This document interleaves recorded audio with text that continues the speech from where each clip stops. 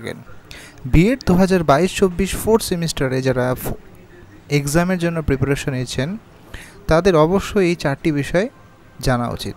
অবশ্যই বলে রাখি, অনেকেই কমেন্ট করেছেন গতকালের ভিডিওতে, পরীক্ষা কিন্তু জুলাই মাসের শেষ সপ্তাহের দিকে হওয়ার সম্ভাবনা রয়েছে। তো যে 4টি বিষয় বা যে 4টি পয়েন্ট আপনাদের না জানলে কিন্তু পরবর্তীকালে অনেকটা সাফার করতে হবে, অনেক সাফার। দেখে নেব 4টি পয়েন্ট কী আছে। প্রথম যে পয়েন্ট সেটি হলো, পরীক্ষার জন্য অবশ্যই এখনও সময় আছে, তাই বলছি যেহেতু ফাইনাল সেমিস্টার এবং এই সেমিস্টারটা কোয়ালিফাই করলেই কিন্তু আপনাদের ডিগ্রিটা কমপ্লিট হবে, তাই অবশ্যই টেক্সট বুক যতটা সম্ভব কিনে নিন। অন্তত অপশনাল পেপারের জন্য অবশ্যই কিনে নিন, এটা আপনাদের প্রচুর হেল্প হবে। পরবর্তীকালে যদি চাকরি বাকরির পরীক্ষা দেন টিচিংয়ের ক্ষেত্রে, সেক্ষেত্রে অনেক কাজে লাগবে।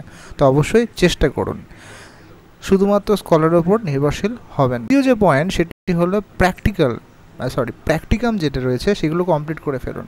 কারণ যখনই থিওরি এক্সাম সম্পূর্ণ হবে, তারপরে যে এক্সাম, তখন আপনি সময় পাবেন না। তাই অবশ্যই প্র্যাকটিকামগুলো আপনারা রেডি করে ফেলুন যত শীঘ্র সম্ভব। 3 নম্বর এবং 4 নম্বর পয়েন্টও খুব ইম্পর্টেন্ট।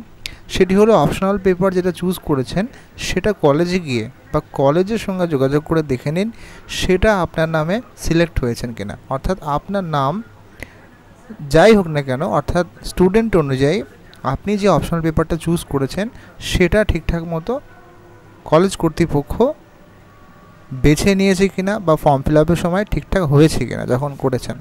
আর 4 নম্বর পয়েন্ট হচ্ছে, যখনই পরীক্ষার ফাইনাল সেমিস্টারের অ্যাডমিট কার্ড আসবে অবশ্যই দেখে নেবেন যে আপনাদের নাম টাম সব ঠিক আছে কিনা। যাতে যদি কোনো রকম প্রবলেম থাকে চেষ্টা করবেন এখনই সেগুলোকে সলভ বা কারেকশন করিয়ে নেওয়ার।